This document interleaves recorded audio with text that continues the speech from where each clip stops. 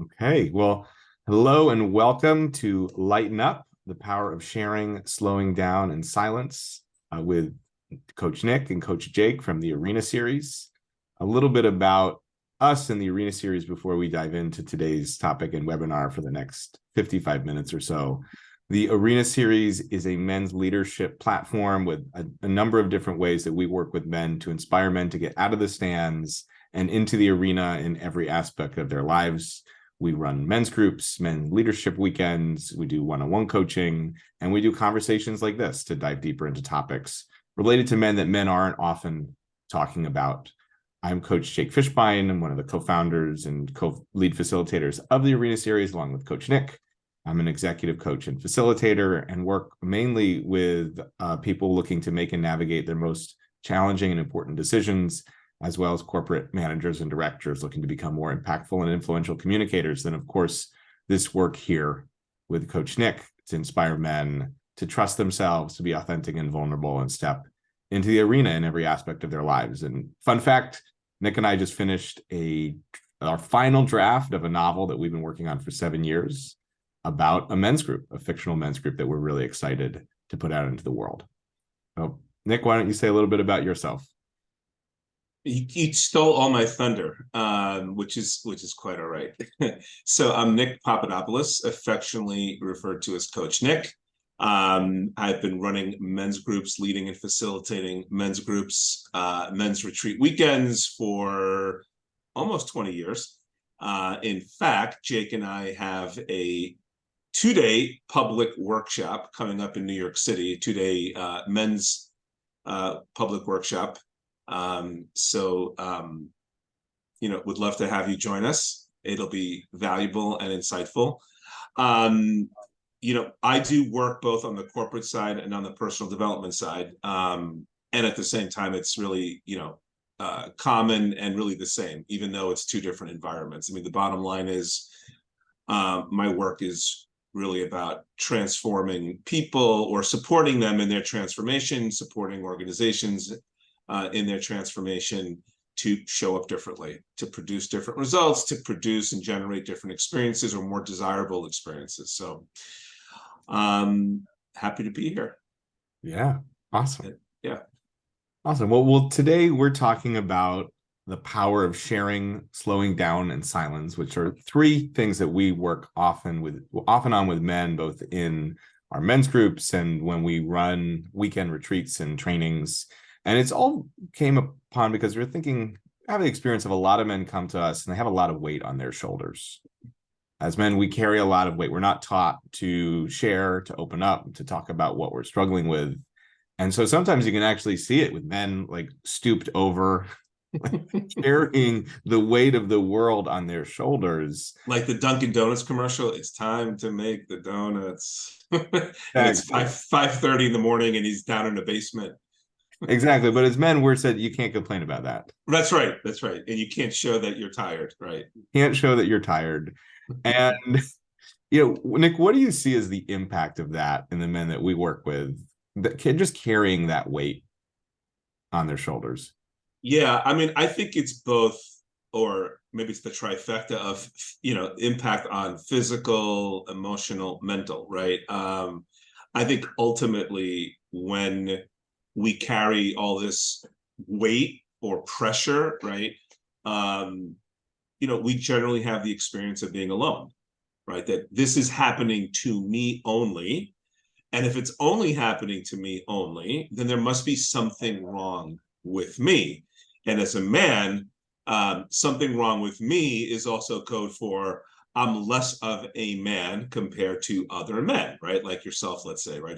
If I'm talking just with you. So I think it really has a huge impact emotionally, because I think ultimately we feel alone, and we feel less than. And then I think shame creeps in as a result of that, right? And I think when shame then creeps in, it takes over our mental capacities, right? Our mental energy, what we're thinking about, what we're focused on.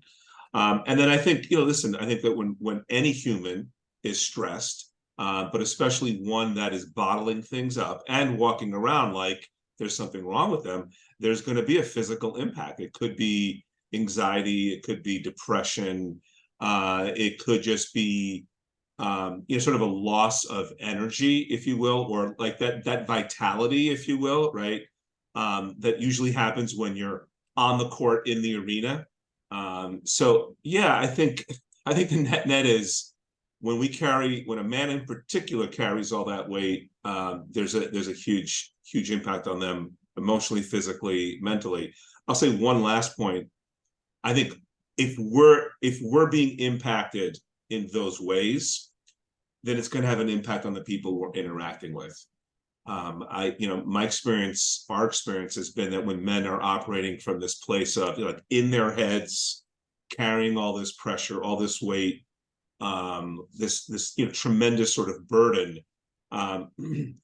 it impacts how we interact and relate to others, and often will show up in the cave, as people will say. Right? We'll be in our heads, not communicating, not present.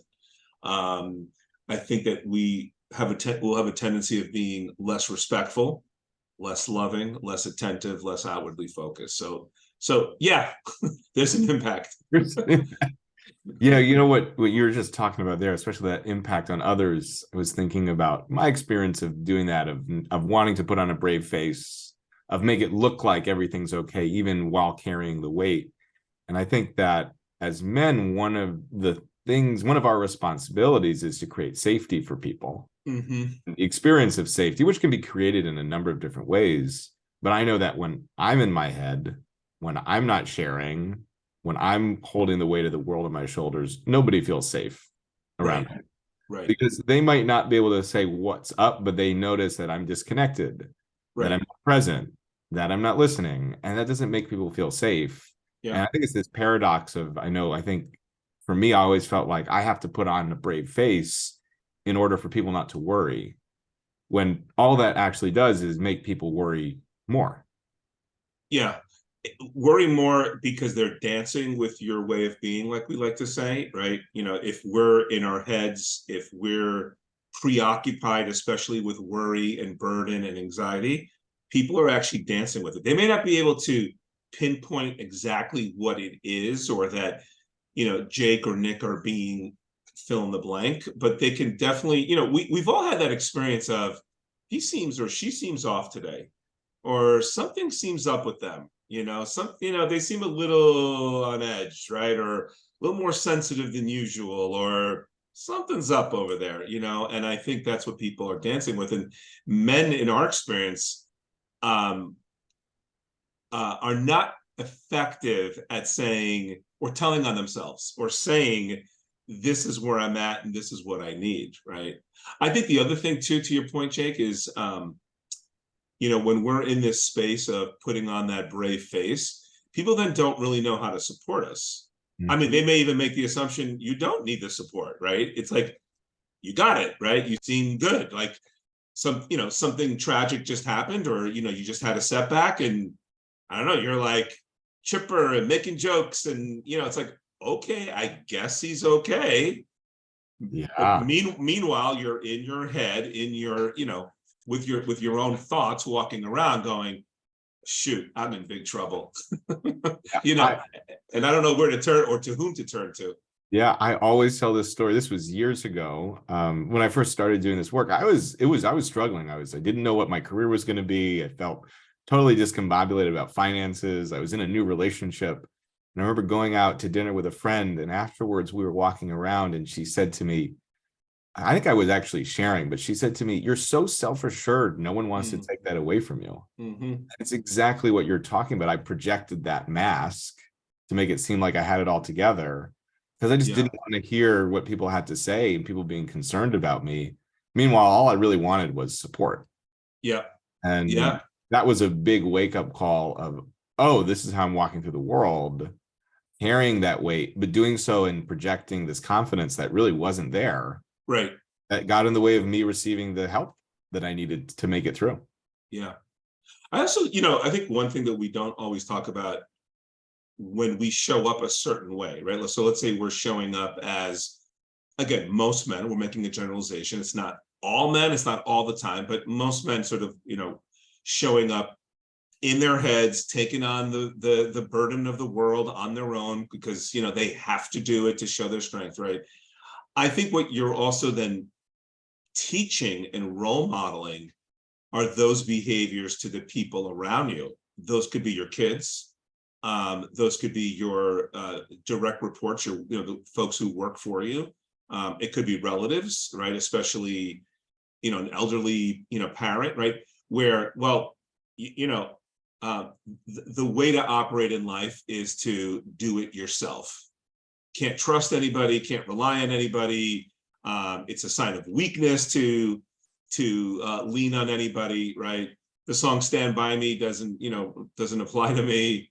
I think you're then role modeling the same behaviors to the people around you. And the question then for all of us is that the behavior that I want to role model? Is that the behaviors I want to leave my people? Again, direct reports, kids, family members, etc. Right?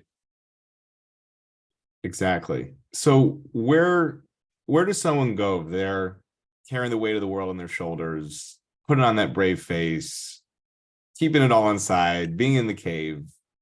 Like, how does a man go from being in that place towards what we like to talk about being in the arena, which we talk about being in the arena comes from the way Brene Brown talks about it, the famous Teddy Roosevelt speech about being a man in the arena, face marred with dust and sweat and blood, striving valiantly, making mistakes and not always succeeding, but really being in it. How does a man go from the weight of the world on his shoulders to being a man in the arena instead? Well, they come to one of our men's groups for starters, or they come to this two-day New York City public workshop that we're doing June 24th and June 25th. I had to drop those in.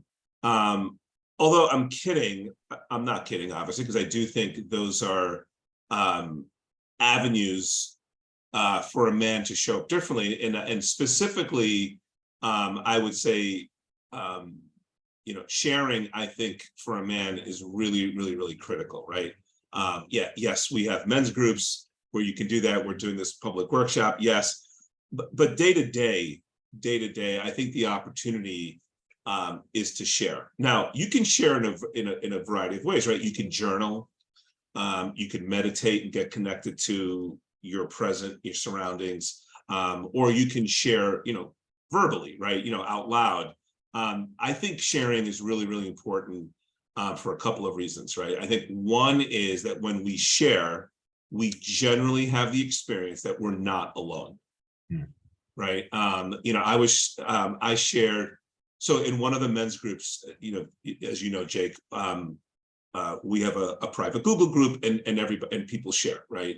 Members of the group share, and I, as the facilitator, shared about how I am now in remission, post-cancer, healthy, and one of the challenges that I'm struggling with is that my body has changed, right? I gained weight, haven't exercised, I lost a lot of my core muscles, right? So my body's changed, right? And I also have some physical limitations as far as how much I can take on, my stamina, my energy level, etc. Right? I share that, right? And immediately, not only do other men jump in and share and support, but there's one other person in this particular group who's also going through some serious physical health challenges right now, and whose body's also changing, right? And so there's the two of us now, right? Having this moment of, oh, I'm not alone. I'm not crazy. My body's not imploding. Martians haven't taken over, my physical body, nor his. And now we also can have a conversation about being gotten, to really, you talk about empathy, like really getting in each other's spaces, in each other's worlds, right? So I think sharing and finding someone to share with, and women are really, really good at this, and I think this is the opportunity for men, is to be intentional about sharing, so that you have the experience of not being alone. The second thing I would say about sharing is that when we get stuff out of our heads, often, not always, but often, that's how we can change our relationship to whatever it is that we've been cooking up in our heads. I mean, the reality is that the little voices in my head, and yes, I have them. I think you've got a couple, right? Some of us have like a whole board meeting going on up there, right, with the volume pumping up.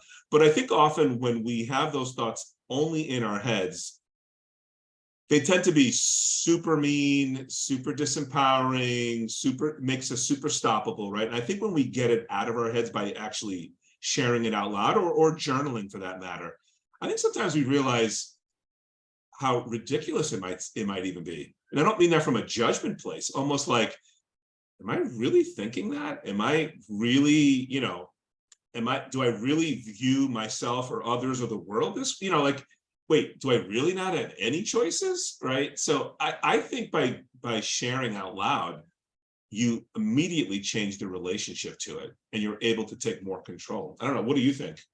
I mean, I think very similarly along the same lines. I know for me, I can stew in those little voices and those thoughts, and it's so valuable just to speak them into the world. Yeah. To like offload them from my own shoulders onto someone else's or just into the air. Yeah. And it makes a huge difference. I mean, I didn't used to. I remember, this story, in college, my best friend and I would go to the same campus deli every week, once a week for lunch. And we would know when one of us was struggling because it was pretty obvious. But neither of us had the tools to do anything about it.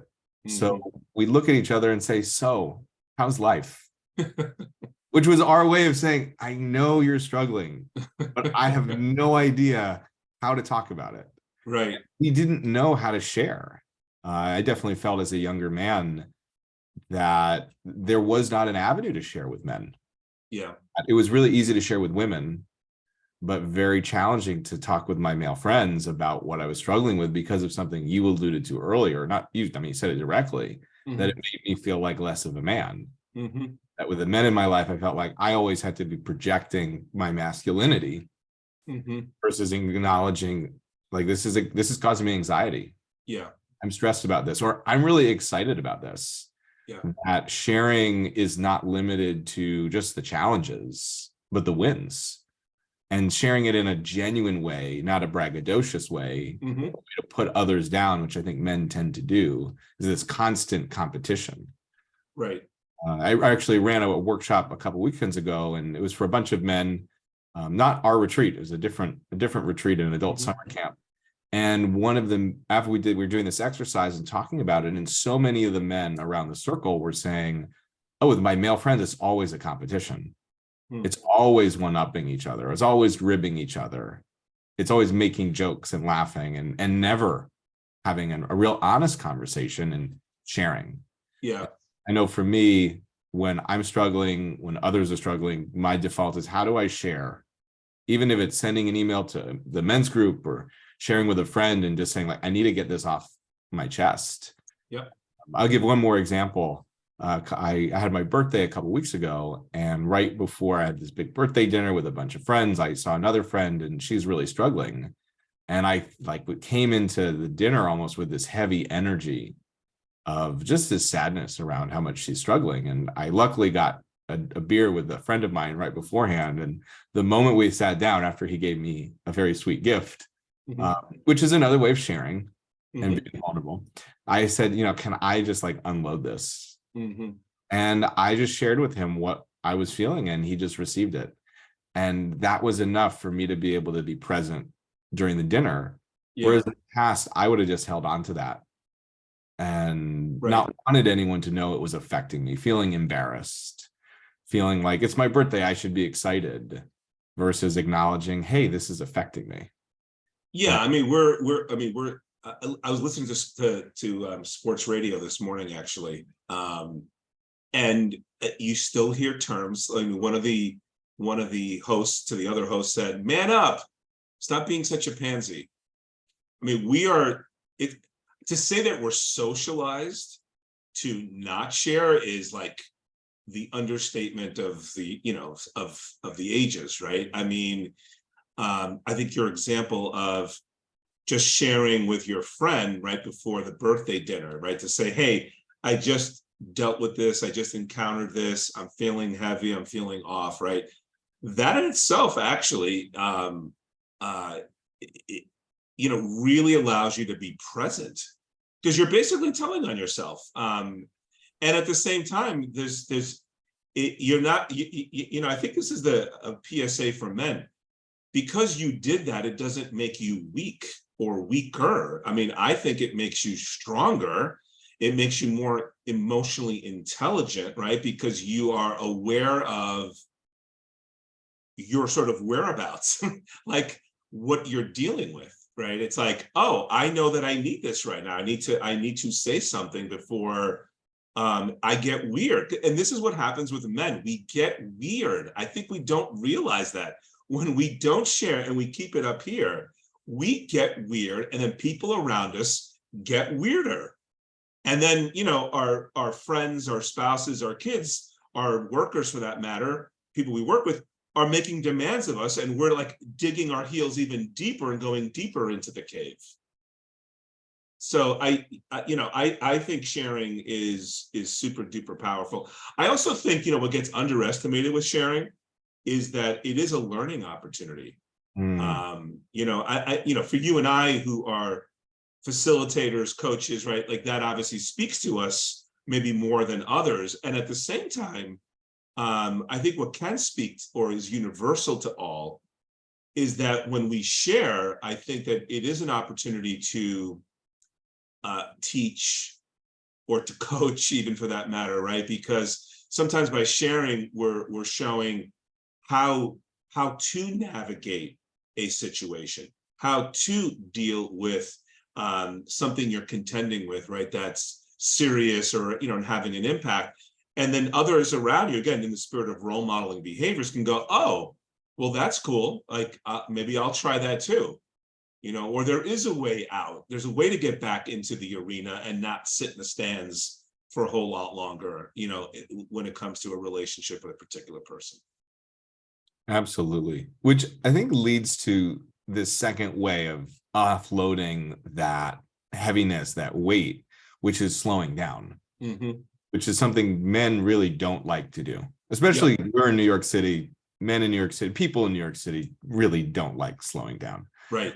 And I know that it's one of the things we practice in our groups, and slowing down in silence, which is that third component, kind of go hand in hand, which is it's so important to take that time to actually be with your experience versus I even caught it this morning. Like I was mentioning earlier, which some of you probably heard, I woke up really tired this morning and just was irritable with everything. Nothing was wrong. It was just one of those days. And I was walking to therapy this morning, and I would notice myself trying to figure out a way through the feeling. Trying to like rationalize it and answer it. And I just had to be like, just be with it. Right. Let me just, and I've been catching myself doing that a lot recently, of having an experience, an unpleasant feeling, and trying to move through it as fast as possible. Which is what men do.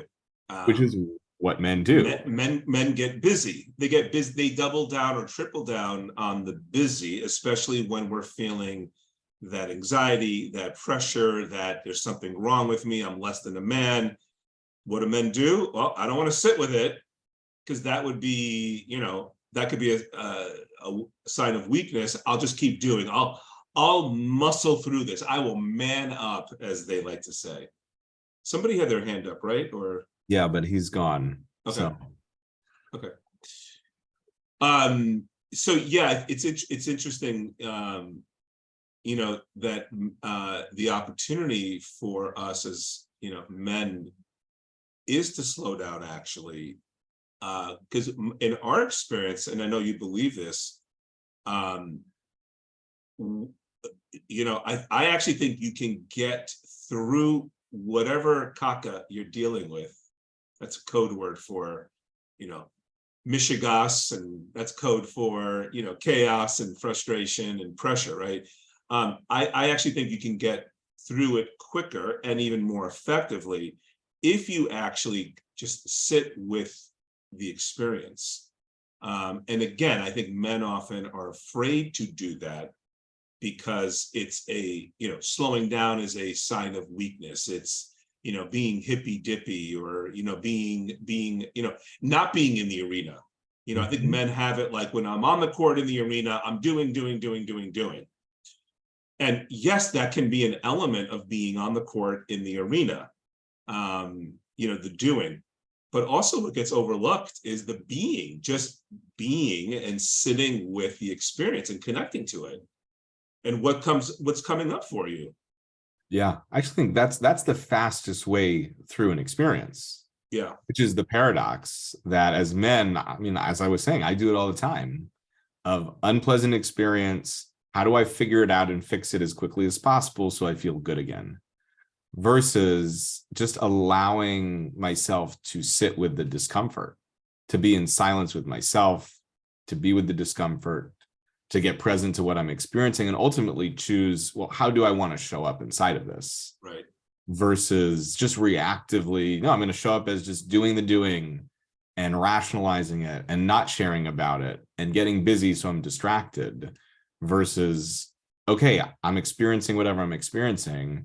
How do I want to show up? Yeah. I mentioned before, Jake, about being in remission from cancer and being healthy, right? And the last couple of weeks, I found myself pushing my physical limits, right? And as a result, because my immune system is still compromised, I got diagnosed with pneumonia, right? And which was disappointing, because it's the second time I got pneumonia in, I guess, 3.5 months. Even more disappointing, because I was supposed to fly out the next day for a short trip to Florida for a little relaxation, right? And it's interesting because I chose to just sit and chill, and not do anything, right? And what I mean by that is I sat with just like I'm in post-cancer treatment, in remission, my body has changed, right? I'm doing physical therapy, et cetera, right? And I sat with and mourned, actually, that my physical being has changed. I'm in a new place, not good or bad, just in a different place. And I wept. I really, really wept. I mean, and I sent an email to our men's group while actually, crying, because it was really an acknowledgement of, after 1.5 years plus, right, of surgeries and treatments and transplants and craziness and chaos and worry and all that, it's like, oh, take a deep breath and like just sit with the experience. And honestly, that was on, I think it was Wednesday or Thursday of last week. And by Friday, I felt so much lighter. I felt so much more connected to myself. I had even more appreciation for my physical body, right? Just because I finally just kind of sat with and acknowledged, this is where I'm at, not necessarily happy, pretty bummed, and this is where I'm at. And okay, and just kind of sit with it without having to fix it, without having to change anything, without having to if I know you checked in on me a couple of times, and not feeling compelled to say, I'm great, doing great, buddy. Yeah, back on my feet. I'm really big, and I know, we talk about this. I actually think you can be with your experience, right? With your feelings, like I'm describing I was late last week, and actually still be in action, if you will. It's not an either or. I think as humans, we have this sort of black or white, because, we often hear in our men's groups, oh no, I can't sit with my experience because I got finances to deal with. Oh no, I've got to pick up the kids from daycare. It's like, I mean, why can't you, if you get emotional, for example, like I did, or you're just in the experience, you can still, I don't know, balance your checkbook, you can still pick up your kids. Both can actually happen. And both need to happen. Right. And so often we hear, and I mean, I've used these excuses too. There's not enough time. I don't have enough money, or, I've got work, I've got family. I can't take care of myself, essentially. And those are the three excuses that come up again and again, are those limiting beliefs. Not enough time, not enough money, some combination of work and family responsibilities. And men use them all of the time to avoid what we're just talking about, which is slowing down, being with their experience, just being with, this is where I am. It doesn't mean I can't be responsible for myself. And that's what I hear as you're describing this past weekend and connecting with where you are physically. You were really responsible to yourself, that you sat with your experience. You didn't go to Florida, which another man might have done anyway, but had a doctor's warning. Another man might not even gone to the doctor. Yep. You were responsible to your experience. You shared, which was responsible, and you took the time to mourn and weep, which allowed you to move through it and be exactly where you are versus pretending to be somewhere else, which would have had more drastic repercussions. Yeah, it's funny you said the piece about the doctor. The research does show men go to doctors less, especially for checkups, than women do. And I point that out because I think going to a doctor is similar to slowing down. Yes. Right. It's analogous to it. Right. Yesterday I went to the doctor as a follow-up to my pneumonia. Right. And there was a part of me that was like, I got other things I got to do. I'm feeling better since, late last week. Do I really need to go? Are they going to really do anything? I don't want to sit there and talk about my weaknesses. Right. Yep. I mean, because that's what often you're doing when you're going to the doctor. I mean, obviously I'm sure that there's good news to discuss as well. And you're at a doctor, right? You're in there for a tune-up, right? For a checkup, literally, right? So men don't want to acknowledge that, yeah, my breathing's a little, she asked me, how are you feeling? And I said, I'm feeling good. I said, I'm feeling a little winded walking over here. She's like, okay, makes sense. I mean, you're recovering from pneumonia. It takes 4 weeks, etc. Right.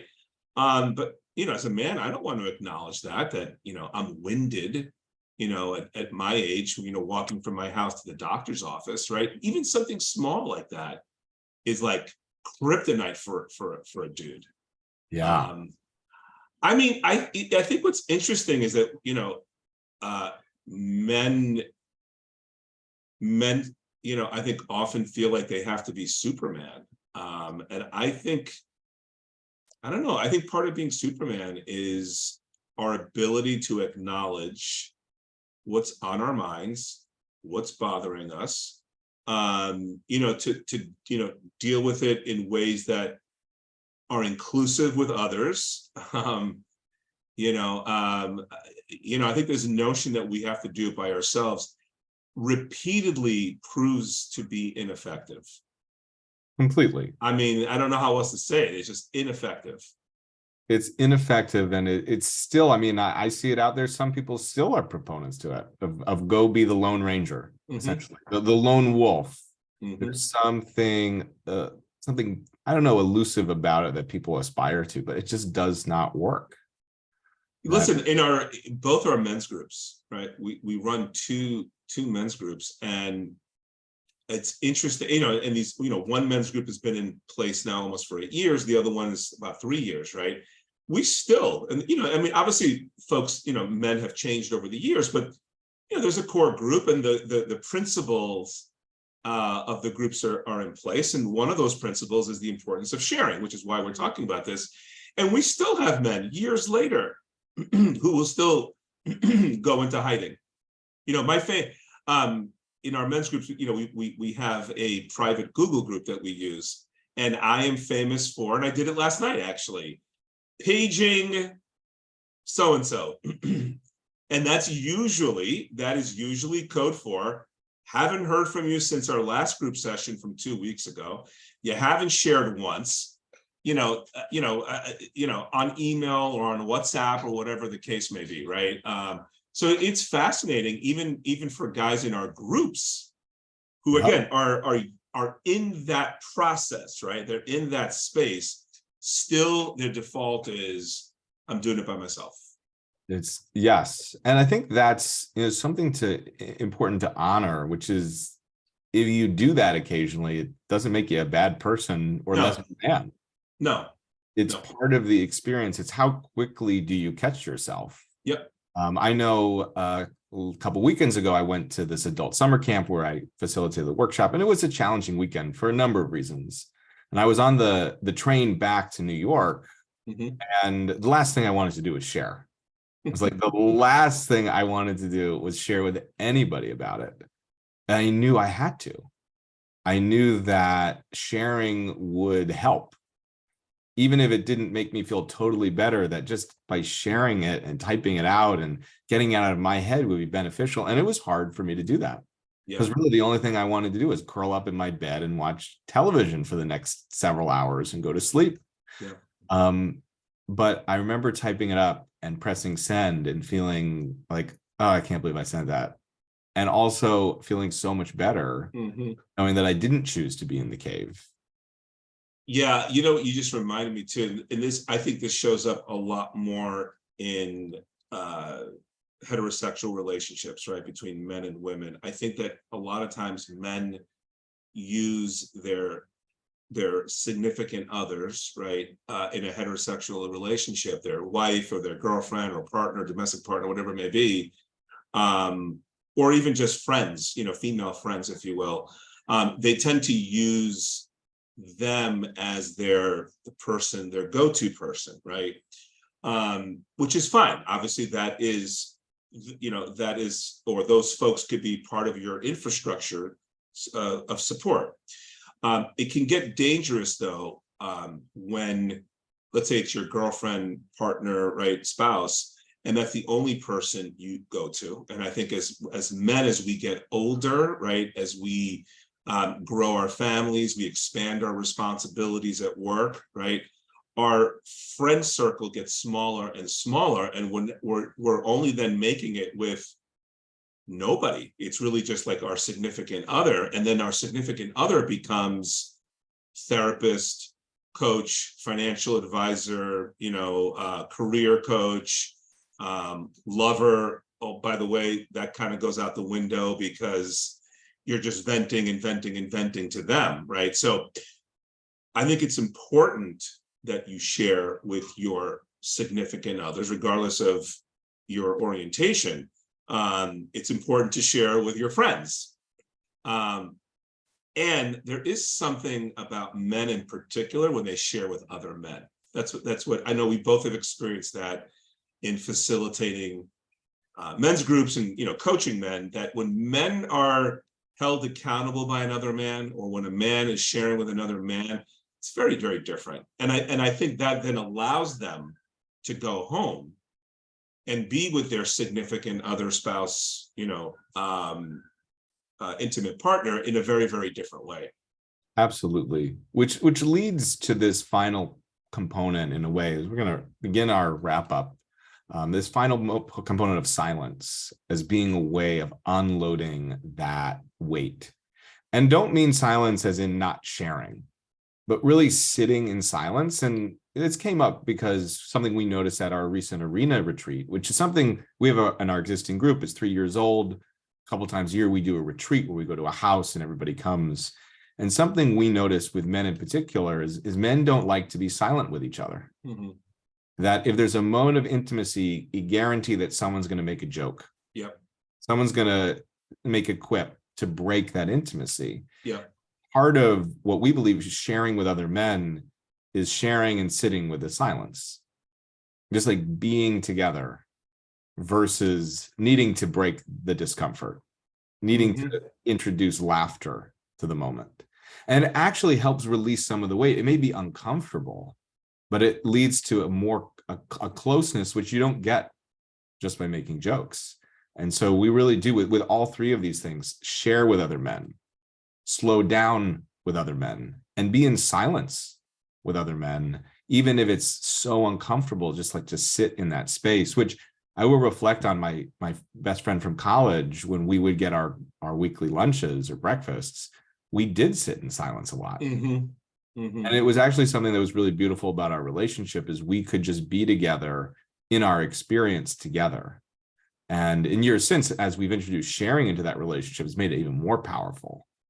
But just being able to sit in silence and hold each other, not physically, but just hold that experience. And I'll say this before I ask for your thoughts on it, Nick, that part of that too is, how do you be in silence with yourself as well as with other men?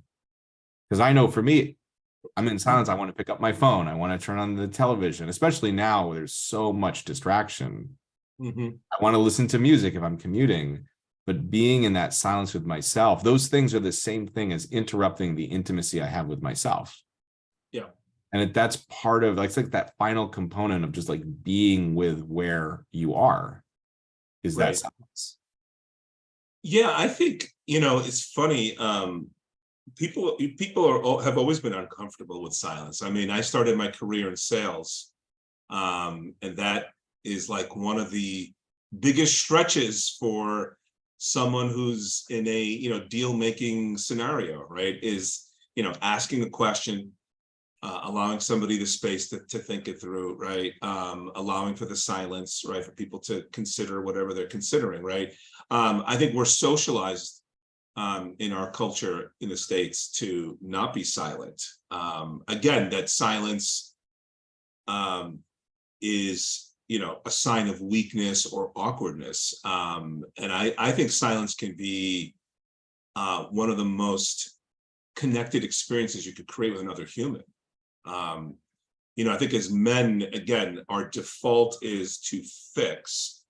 Part of fixing is the opposite of silence, right? It's like, you're taking a train home from the adult summer camp that you described, where you had a challenging weekend, and my default is not to just kind of be with your experience, right? My it's like, let me immediately go into telling mode, help mode, mansplaining mode, all of the above, right? And so I think, I think it's really important.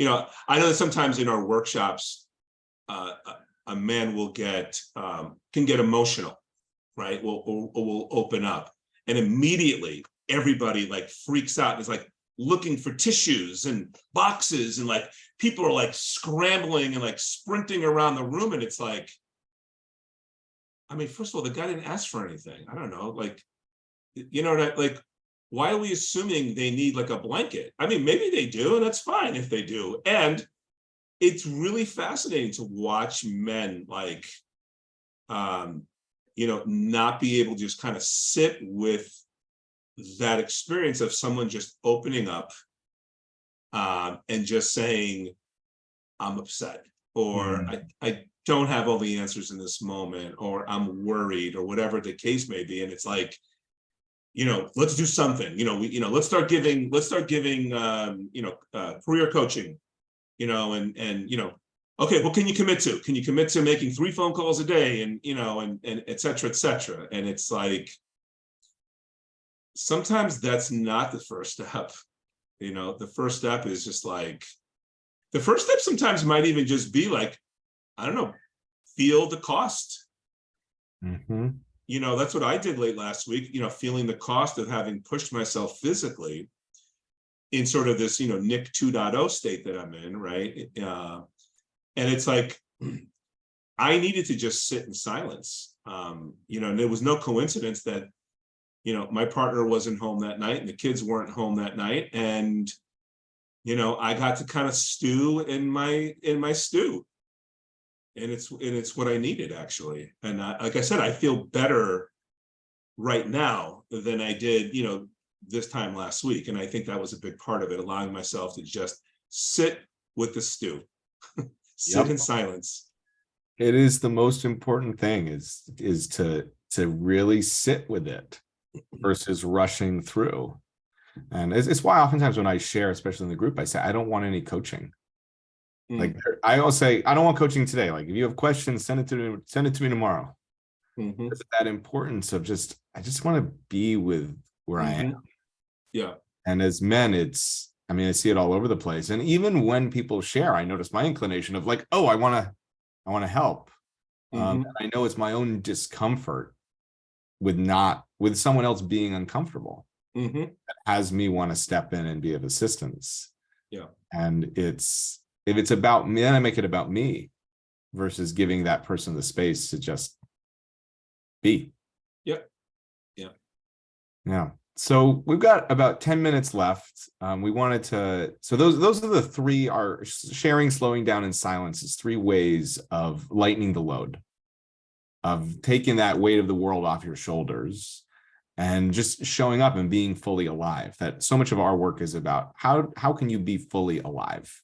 Meaning, how do you experience the highest highs and the lowest lows? That being fully alive is not everything being roses and clouds and sunny days, Mm-hmm. but about being with all of life, both the exciting and the challenging. So we wanted to offer two ways that you can take this forward in your life. Something we do in both our groups is we have what we call the maximum value practices. Basically, they're homeworks. We call them MVPs. We wanted to offer one for you all on the call as one way of taking this forward. So I'm going to share my screen. You can see this. And we want to offer this as something to do over the next couple of weeks, to do these three things. To one, share something you're excited about and something that's challenging you with a male friend. And really with a male friend, not with a woman, but with a man. And two, the next time you find yourself stressed during the workday, take 5 minutes to slow down and think about how you want to show up during this challenge, not how you want to fix it. And finally, to spend 10 minutes sitting in silence, either alone or with a close friend. And I'll put these in the chat so you can take these forward with you. But this is one way of practicing what we've been talking about today. And in all our work, we work on an action and reflection cycle. That's what growth is made up of, taking an action, reflecting on it, and ultimately also sharing. We think sharing is, again, something that comes up again and again in our work, the importance of sharing. And then as Nick has mentioned a couple times, we have a 2-day public workshop coming up on June 24th and 25th called the Arena Weekend. Put a link to that in the chat in a moment. Nick, you want to say more about what they can expect at the Arena Weekend coming up soon? Yeah, so like Jake said, it's June 24th, 25th, Saturday, Sunday in New York City. We hope you can make it. It's really an opportunity at a high level to get out of the stands, right, wherever you may be in the stands in your life, and to get back on the court, back into the arena where what happens when we're in the arena is that it doesn't guarantee victory necessarily, it doesn't necessarily guarantee success. What it does guarantee, though, is two things. One is learning opportunities, growth opportunities, right? The opportunity to sort of notice, try on new things for size, if you will, right? So when you're on the arena, it's an opportunity to learn and grow. The other is you'll feel alive. That's for sure. And I think feeling alive is the best way to stay young. I think it's the best way to stay healthy. I think it's the best way to stay collaborative, creative, resourceful. I think it's the best way to be alive, is to be alive, which I think happens in the arena. So it's really 2 days. It's a workshop. We have exercises, we have distinctions, we have conversations, but all those exercises, distinctions, and conversations all lead to supporting you in identifying where in your life you're in the stands. Could be health and well-being, could be your finances, your career, your relationship at home with your intimate partner, your kids, etc., right? How you brand yourself at work, whatever it may be. And to give you some of those tools, give you some insights, have some aha moments so that you can get yourself back in the arena and then stay there and operate in the best way possible while you're in the arena. Again, not guaranteeing victory, but guaranteeing learning and guaranteeing the vitality and the aliveness that one gets. So you nailed it. And the only thing I'll add is it's also an opportunity to be with men in a different way. Yes. Explore friendship in a different way. There's been a lot of studies that men, as we get older, have fewer and fewer close friends. And friendship and relationships are the #1 predictor of happiness, which has been researched by the Happiness Studies Academy. So this is actual statistics. And what we find in our men's groups and in a weekend like this is an opportunity to build real relationships with men. Not that our relationships with our friends aren't real, but to talk about the things that are challenging, that are exciting, to share, to slow down and be silent with other men in a completely new way. And we notice that when men hold each other accountable and support each other, tremendous things are possible. Yeah. And so that's why we do this work with men. It's also it can be very healing too, for people to step into the space and to have an experience that we like to, at these weekends, so much is about seeing your blind spots that you may not be aware of. And we all have blind spots. I have a ton of blind spots still. And when you're in a room with other people, not only do you learn from what they're sharing, but there's an opportunity for a mirror to be put up to you, for you to begin to see, oh, I didn't even realize that I didn't know this. And that's part of being alive, is taking down the blinders, taking off the colored sunglasses, and really being with your experience, whether you're like, yes, I'm actually doing things really well, I really like how I'm living, or as I've had the experience before of like, oh no, I don't want to show up that way anymore. And both of those are perfect, whether either one is your experience on this weekend. That's good. Yeah. So I put in the chat the link to the weekend, the Arena Series weekend, June 24 and 25. And since you're here, we're offering $100 off if you use the code Lighten. So you can include that when you're checking out. And we hope to see you there. It's going to be an action-packed 2 days here in New York City near Penn Station. So easy to get to. All the information is on the website if you would like to learn more. Great. Awesome. Well, why don't we do some, I know you used to do parting shots in the old podcast. So why don't we wrap up with some parting shots to wrap up our webinar today, our masterclass on the power of sharing, slowing down in silence. You want to go first? I'll go first. So for me, my parting shot would be just share. If there's anything you do coming out of this workshop, this webinar, is go share with somebody and find one friend. And really, if you want to stretch, find a male friend that you feel comfortable sharing with and go share with him, and share with him more than once. I guarantee it'll be a gift for him as much as it is a gift for you. That's great. And I would say when in doubt, focus out. And one of the best ways to focus out is to share. I also think one of the best ways to focus out is to sit in silence, believe it or not, because I think that then allows you to focus out even more and more effectively and quicker. So, I like to say the world happens outside of our heads, not inside our heads. So when in doubt, focus out. Beautiful. Well, thank you, Nick. Great. Thank you. Do this again. It's been a while since we did one of these. It's nice to be back. And thank you for our guests who are with us today. We hope to see you at the Arena weekend. And if you want to reach out to us, my email is jake@jakefishbein.com, and Nick is coachnick@coachnick.com. Yep. So very, very hard to forget. Thanks, Jake. Thanks, everybody. Thank you, everybody. Have a great rest of the day. Yep. Bye-bye.